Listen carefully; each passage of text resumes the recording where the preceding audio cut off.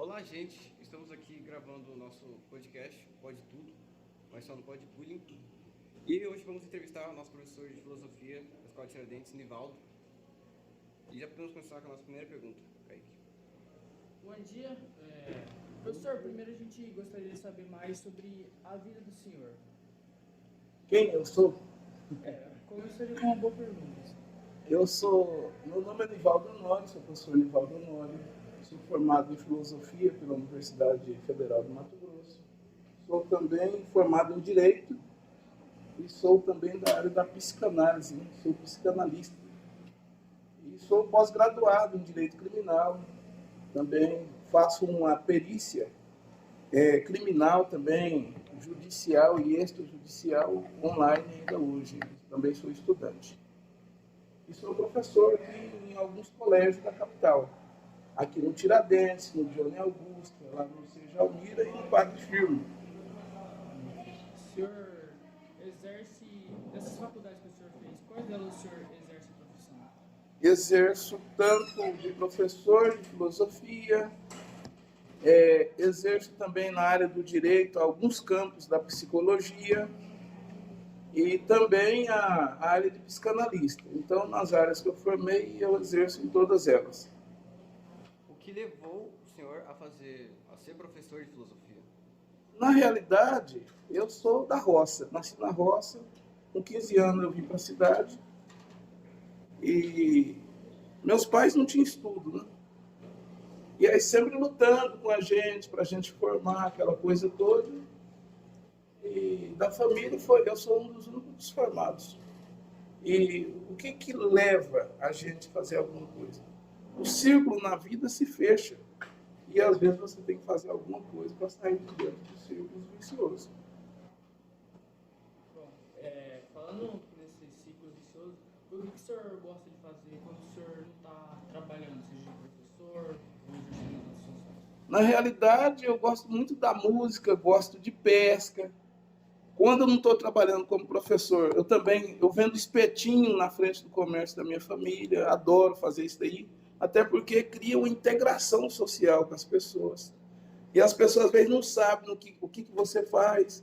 Uns te julga, outros questiona, o outro pergunta, só está vendendo espetinho porque também não estudou. Né? Eu já ouvi muito dessas coisas, mas é importante a gente estar fazendo essa ligação sistemática dentro da sociedade. E quantos empregos o senhor já teve?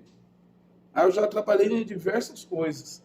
Já fui pedreiro, carpinteiro, latoeiro, funileiro, vendedor de pinga.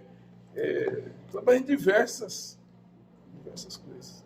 O senhor pode contar alguma história antes de alguma dessas profissões que o senhor já exerceu? As profissões, ela te traz integração também, né?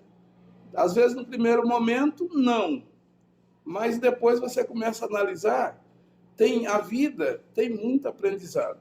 E tem uma fala que diz, não existe almoço grátis. Quando você quer avançar, você tem que suar a camisa. E para suar a camisa, você tem que estar disposto a navegar profundo. O senhor já sofreu algum tipo de bullying, preconceito, algo do tipo? Olha, diretamente, não. Mas indiretamente, sim, por diversos.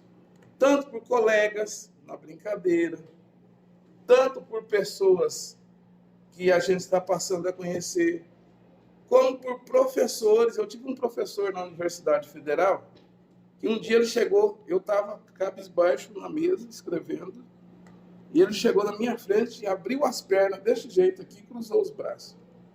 E falou, o que o senhor está fazendo aqui? Filosofia não dá direito, não dá dinheiro. E as suas notas são muito baixas. Talvez aqui não seja lugar para você. Pensei bem e falei, não, aqui é lugar para mim, sim. Da mesma forma que eu entrei, da mesma forma eu vou sair. E vou sair com notas positivas. E as minhas notas realmente com ele era 4, 5. A partir desse dia, ele causou um desafio na minha alma. Aí, no dia da formatura, ele estava lá me abraçando, porque minhas notas subiu de 9 para 10. É uma bonita história de superação. Sim. Bom, mas muito se fala da palavra bullying, do termo bullying, preconceito. O senhor pode dar uma explicada bem rápida para a gente sobre o que seriam esses termos? A que eles se remetem? O bullying, essa palavra é uma palavra francesa, que é um tipo do quê? De bulinar, de agredir, de machucar. E ele traz alguns critérios, como aqui, ó. Primeiro, preconceito de um lado, discriminação de outro.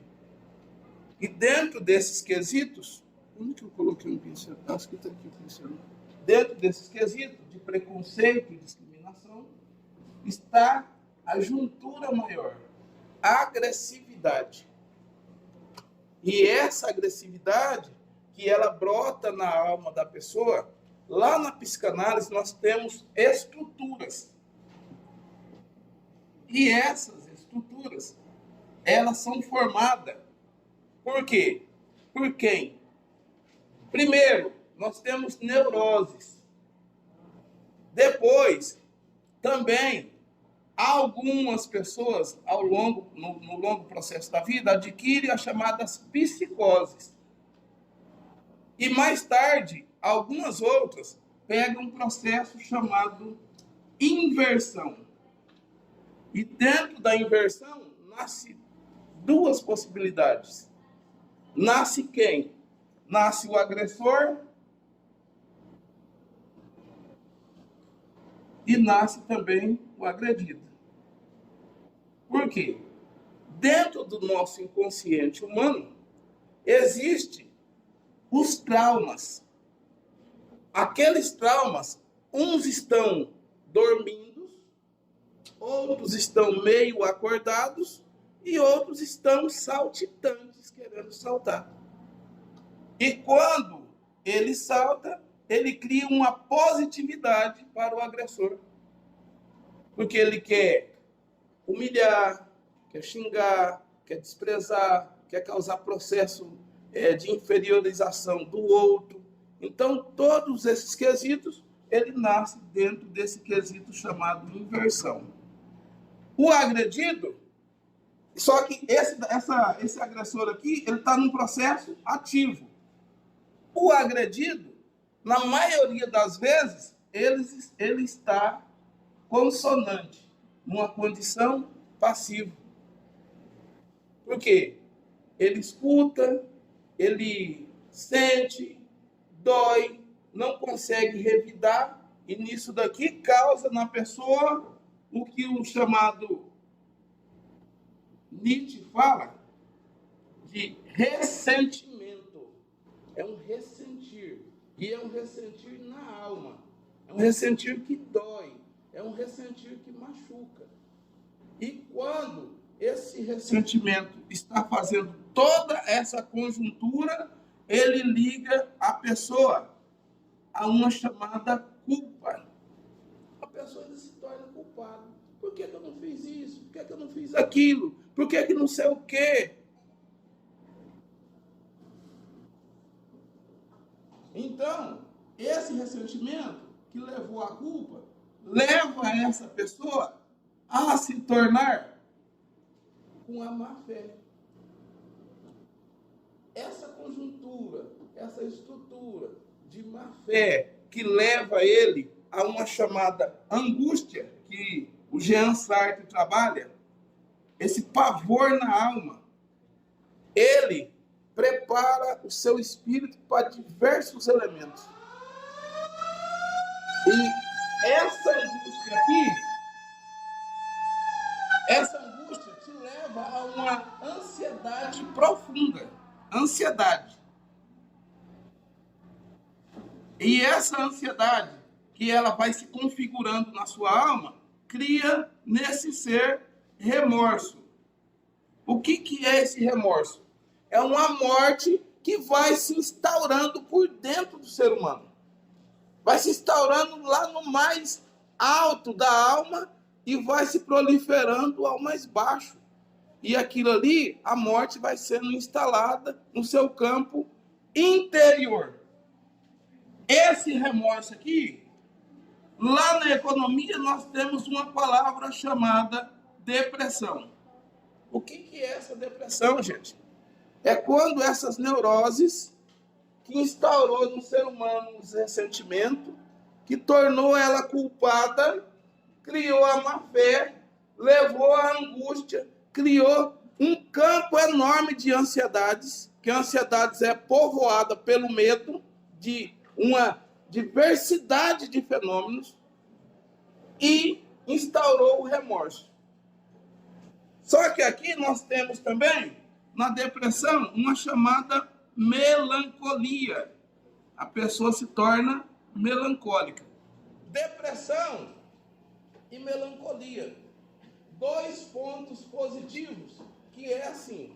A depressão, você fala em humores. Você tem 4 humores lá na sua alma, no seu corpo. A depressão, ele chacoalha os humores, mas na hora que baixar a tempestade, cada líquido volta dentro dos seus vazios lá, tá? Só que a melancolia não. A melancolia pega os 4 humores, quebra aqueles vidros, um exemplo, só para vocês terem uma noção, quebra, chacoalha tudo e nunca mais você volta a ser o mesmo. Na depressão você volta, mas na melancolia não. Por quê? A melancolia instala na alma desse ser humano a loucura. E é essa loucura que ela cria uma aptidão. Ninguém se mata à toa. Ela leva você, que está com um grave problema lá na alma, ao chamado suicídio. Primeiro é psíquico. E em seguida é físico. Por quê? O psíquico, você está morrendo por dentro. E o físico é aquela dor. Você não quer morrer, mas quer acabar com a dor, vai lá e se suicida. Então, quando fala uma pessoa se suicidou, geralmente ele está dentro dessas possibilidades. Geralmente. Professor, Sim. mesmo agora falando do posicionamento da lei em questão disso, mesmo com todo esse acarretamento que o bullying pode gerar, qual a penalidade no Brasil que existe para os praticantes do bullying? A punição do bullying, lá na lei, é 13.185, é de 3 meses a 1 ano, somado de multas. E, dado a esse fato, o que o bullying e o preconceito pode acarretar, qual que é a opinião do senhor? Qual que o senhor acha que deveria ser a penalização do bullying? Olha, o bullying é uma situação em que agressor e agredido deveriam ser tratados. A punição maior que eu diria para quem pratica o bullying era ser educado a uma determinada altura para que isso não viesse mais a acontecer. Porque só a lei em si, só essa punição, eu acho que não é um grau de suficiência para isso. Lógico, se você errou, você tem que pagar pelo seu erro. Só que, em vez de ter mais um castigo para aquela pessoa, ter um reparo no processo educacional. O senhor já presenciou alguma situação que envolvia bullying? Já, muitas vezes, tanto na escola, na rua, no campo de futebol. Nós já fomos jogar numa comunidade, chegou lá e ficaram jogando banana na gente. E não era só jogadores pretos que estavam lá. Tinha jogadores pretos e brancos.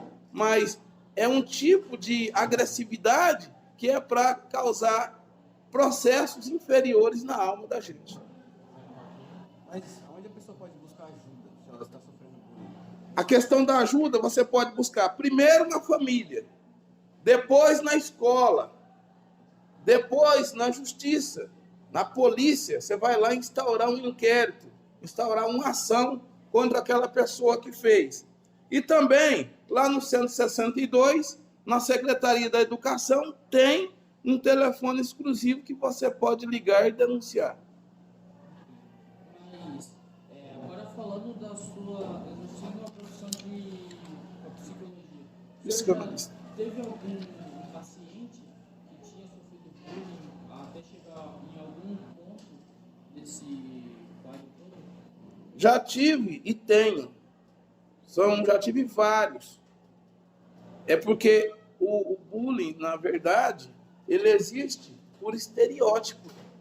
Aquele gordo, aquele preto, aquele feio, aquele narigudo, aquele pançudo.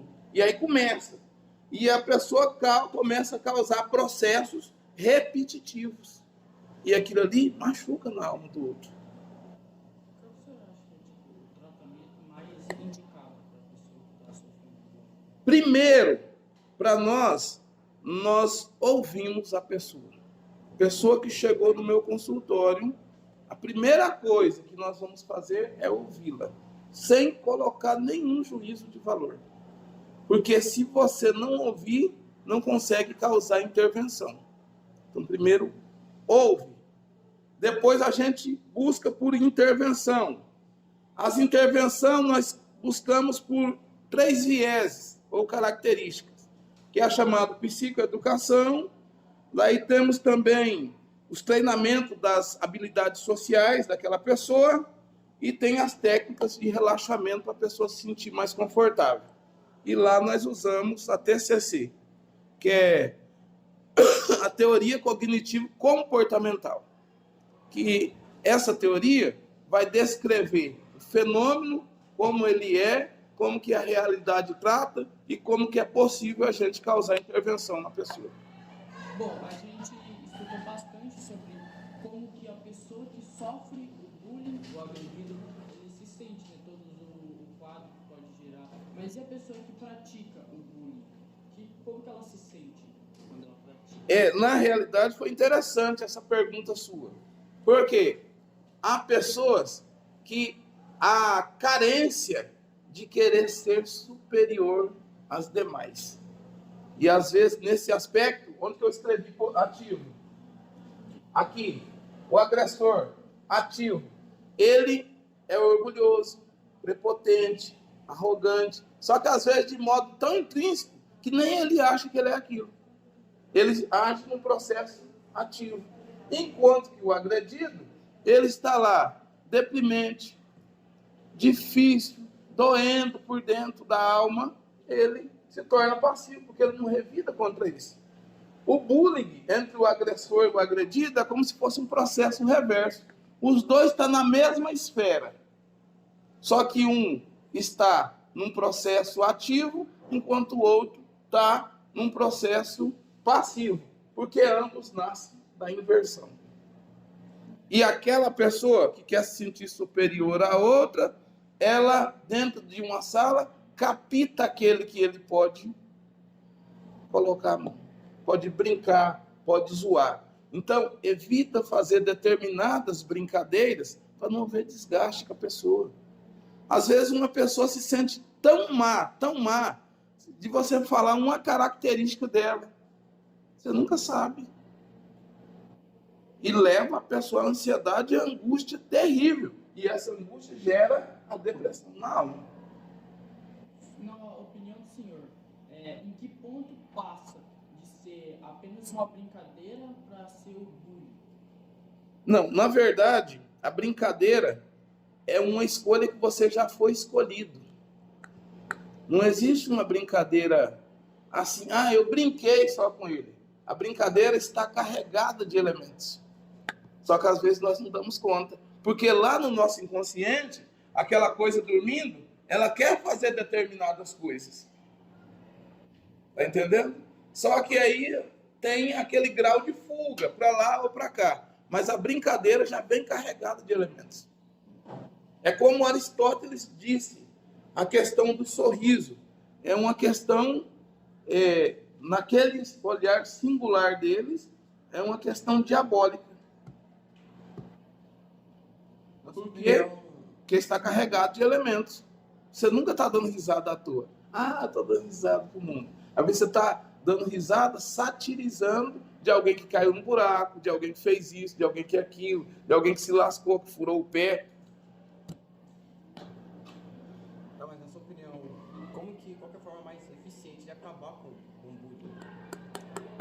Olha, eu acho que não tem uma medida pronta e acabada, mas estabelecendo diálogo, escutar atentamente as pessoas, estimular para que muitas pessoas venham falar, venham abrir a boca aqui, porque não é todo mundo que fala, às vezes só fica calado, uma coisa. Um exemplo, como eu sou da área da psicologia, quando eu entro numa sala, que eu entro num ambiente, eu detecto algumas coisas, só que eu sou um professor de filosofia, eu não vou ficar aqui fazendo medição disso ou daquilo, mas a gente tem um determinado ideal. Então, eu acho que o diálogo, a conversa, estimular as pessoas a contar e reconhecer e valorizar essas boas atitudes que essas pessoas têm em relação a essas determinadas coisas. E a pessoa que está sofrendo bullying, qual que o senhor acha que deveria ser a atitude que ela deveria tomar para dar um basta? No primeiro momento, você tem que se posicionar colocando que você não quer aquilo. Mas, não havendo os contrapontos, você tem que buscar os meios na onde que vai poder te ajudar. E aí você tem que andar, porque você tem que ir lá e comunicar com os pais. Estou sofrendo isso, meu pai, minha mãe, meus irmãos. Depois, você vem para a escola, já narra o fato, se aconteceu na escola. Geralmente, o bullying ele está resumido dentro dos campos mais juvenis. Porque nos campos mais adultos, daí já é chamado de assédio moral, né?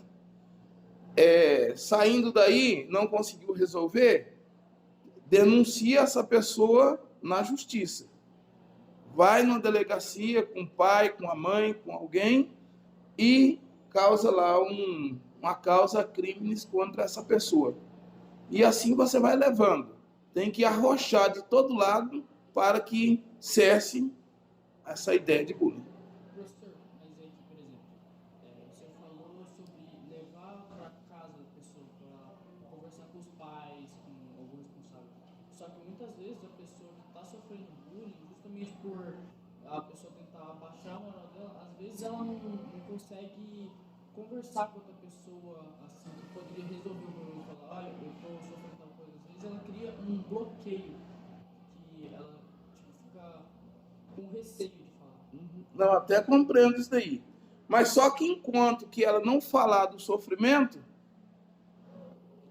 aí vai ser complicado, porque como que vai ser, um exemplo, você chega no psicanalista, se você não fala o que você sente, porque lá, eu tô lá só para te ouvir, não vou fazer juízo nenhum se você está certo, se você está errado. Se não abrir isso daí e houver esse bloqueio, o sofrimento vai ser mais tardio para haver a solução. Porque às vezes os pais ficam um pouco mais distantes dos filhos, não tem aquela percepção, ou tem, mas não conversa muito. Aí ele não fala para um amigo para ir lá falar para esse ou para aquele. Vai ficar o grau de contundência muito maior. No final ela acaba guardando tudo para ela. Agora é guardando. E quando ela começa guardando, gera até esse daqui. Porque não tem o que fazer. Mas será que, por exemplo, uma pessoa que quando ela chega no estágio da loucura, será que tem algum jeito dela voltar? Não. Até que, enquanto você tiver vida, até que antes você está lá na ponte Sérgio Mota para pular de lá. Você tem como fazer todo o regresso. Só que esse regresso, lógico, não é de qualquer maneira e do dia para a noite. Porque você demorou anos fazendo essa caminhada. Você regredir, aí você vai ter que tomar algumas atitudes. E às vezes atitudes que você não gosta de fazer. Mas é possível. Então, tudo começa com atitudes e pode ser acabado com atitudes. Com certeza, porque é a atitude que é o movimento da história, da sua história, que te leva para o fundo ou te leva para cima do poço, da boca do poço.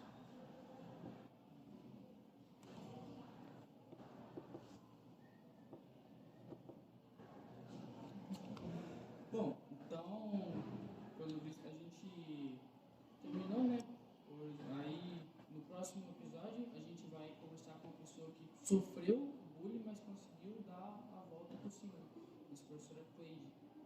Professora Cleide, já passou também por essas situações? Não. A volta por cima está na sua postura. Está no seu compreender as coisas.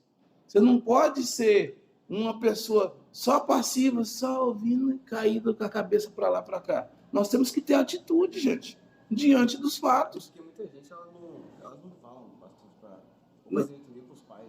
Sim, eu até compreendo. Agora, nós, enquanto professores, quando a gente detecta uma coisa que já está um pouco mais profunda, nós mesmos tomamos nossas iniciativas. Às vezes, até sem a pessoa saber. E, aos poucos, vamos levando ela até ela criar uma posição. Compreende? Bom, queria agradecer a participação do senhor, a iniciar, né? Isso é bem para a gente ter um compreendimento melhor sobre o que é o bullying e o que ele pode causar para a gente poder debater melhor no nosso próximo episódio. Ok, muito obrigado. Nas próximas aulas que vocês quiserem, se tiver algum outro conceito que for da minha área, que eu tiver a possibilidade de falar, a gente fala assim. Direito, filosofia e psicanálise é um casamento perfeito para compreender esse ideal maligno que é o bullying, que machuca nas entranhas da alma da gente. Muito obrigado. Oi. Tem uma pequena pergunta, mais pessoal mesmo. Certo. Uma pessoa, se ela está com o pensamento alterado, talvez por causa do bullying, ou talvez por causa das brincadeiras, e isso alterou o pensamento dela, ela pensa diferente da linha de base dela, do jeito que ela pensava antes. Um jeito mais egoísta, algo mais tentando se proteger. Eu poderia tentar ajudar uma pessoa dessa ou tirar ela da angústia ou do ressentimento?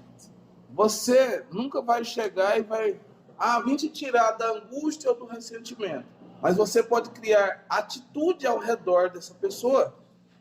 Um exemplo, você percebeu que aquela pessoa está vivendo aquele crime. Em vez de você ir falar com ela direto, vamos falar com quem ao nosso derredor pode fazer alguma coisa por ela.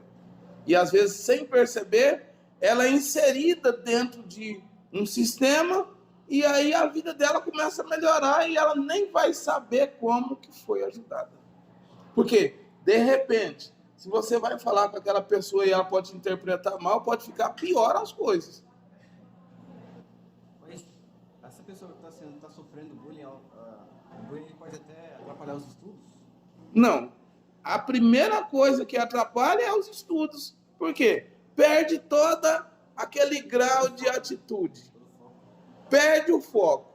Baixa a cabeça. Fica entristecida. Quem vive em tristeza é igual quem vive com fome. Só vive pensando naquilo. Não pensa outra coisa. Você pode dar um caminhão de ouro para a pessoa, mas ele vive em tristeza. Aquela coisa não supre a necessidade dele. Só fica quem está com fome. Você imagina um aluno que vem para a aula de manhã cedo, aí ele não come, aí vai até, às vezes, um período inteiro, e ele fica só pensando na comida. E pensando na comida, não vai progredir na aula.